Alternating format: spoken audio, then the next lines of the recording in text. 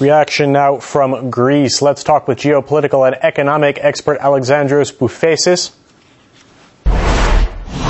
Thanks for joining us. So you think Greece's troubles are largely a byproduct of corruption and its poor military and defense policy of the 1990s. Why don't you blame the global economic crisis? Well, I never actually said that. I wrote an article about CAST putting the blames on that as well. This is more a geopolitical matter.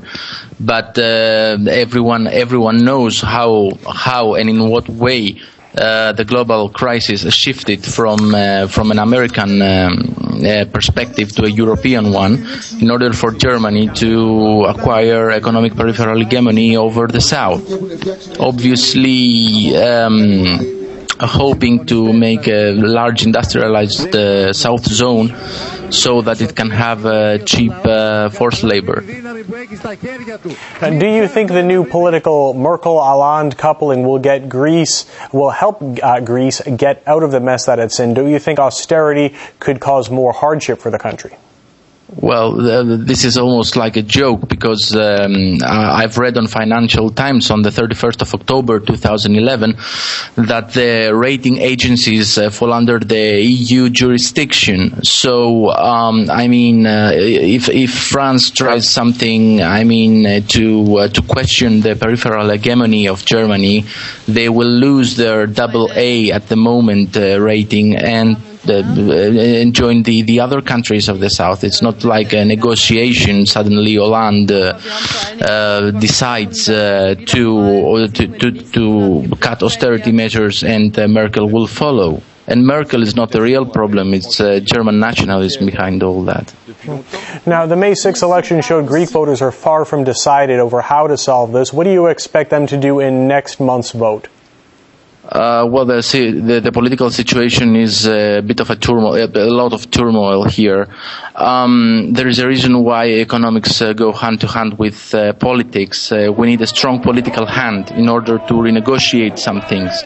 The best thing we could do is renegotiate the currency devaluation.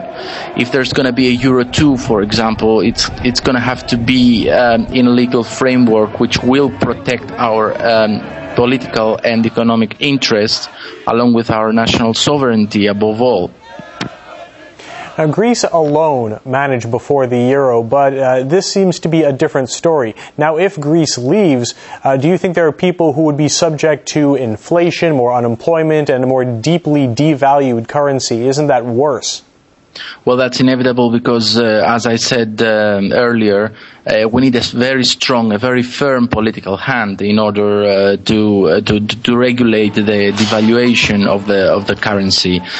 We can preemptively propose to Brussels a Euro 2 with our terms, so that all the South can benefit from that. Along with Germany and France, of course. But I don't think there's political leadership who can do that.